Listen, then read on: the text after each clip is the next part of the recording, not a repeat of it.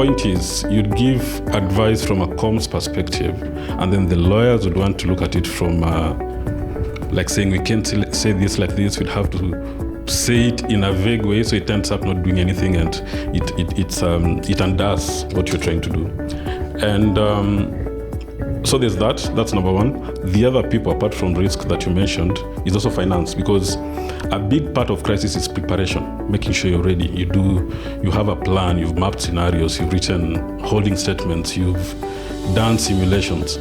But remember, that's a cost. And many times business would say, why should we invest in that? Why don't we just concentrate on ops? Because we never know if it's going to happen. And it's true, you can prepare like that and spend 40 years without crisis. Then the day you don't update it in the next 30 days, that's when it hits you, and then you're in trouble. So number one is trying to socialize our organizations so that people can see what's happening. And for us as comms people, one of the ways that we can do this is by showing how other people are suffering. So for instance, there's an organization from wherever, so you send to your clients, in my case, so if you're in-house specialist, tell people, this is something we can learn from, we need to ramp up our preparedness for crisis, we need to invest in these things. That's number one. Number two, and part of that is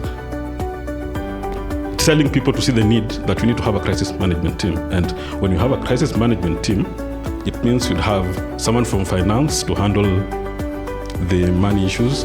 Of course, a legal guy would be there, and people from risk and everyone else.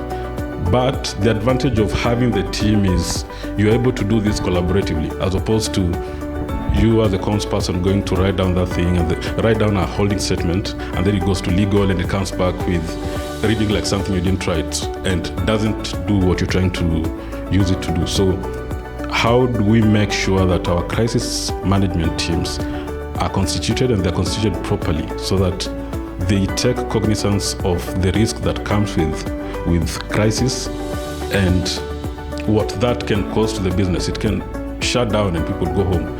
It can spoil relationships with government. It can get reputation damage, like that time people are being cancelled on X around the protest. So socialization, I think, is a big part of this, and then leaning on the team again.